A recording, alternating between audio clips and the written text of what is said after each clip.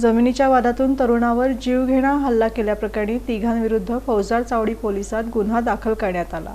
जमिनीच्या वादातून एका कायद्याचं शिक्षण घेणाऱ्या तरुणाला अडवून हॉकी स्टिक, लाकडी बॅट आणि प्लायवूडच्या फळीनं बेदम मारहाण केल्याची धक्कादायक घटना मरियाई चौक परिसरात घडली।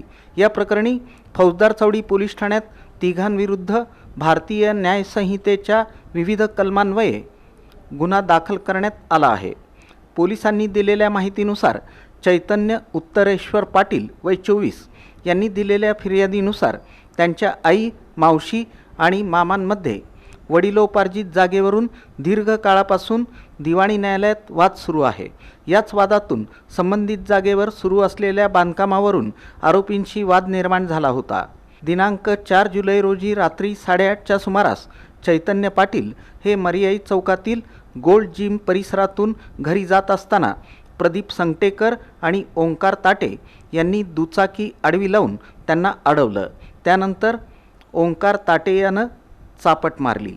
जीव वाचवण्यासाठी पळण्याचा प्रयत्न करत असताना प्रदीप संगटेकर यानं हॉकी स्टिकनं पायावर वार केले, तर ओंकार ताटे यानं लाकडी बॅटनं मारहाण केली।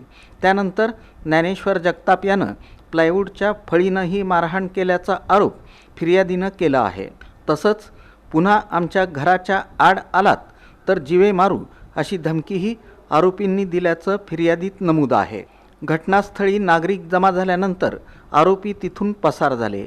जखमी चैतन्य पाटील यांनी उपचार घेतल्यानंतर आईशी चर्चा करून फौजदार चावडी पोलीस ठाण्यात तक्रार दाखल केली।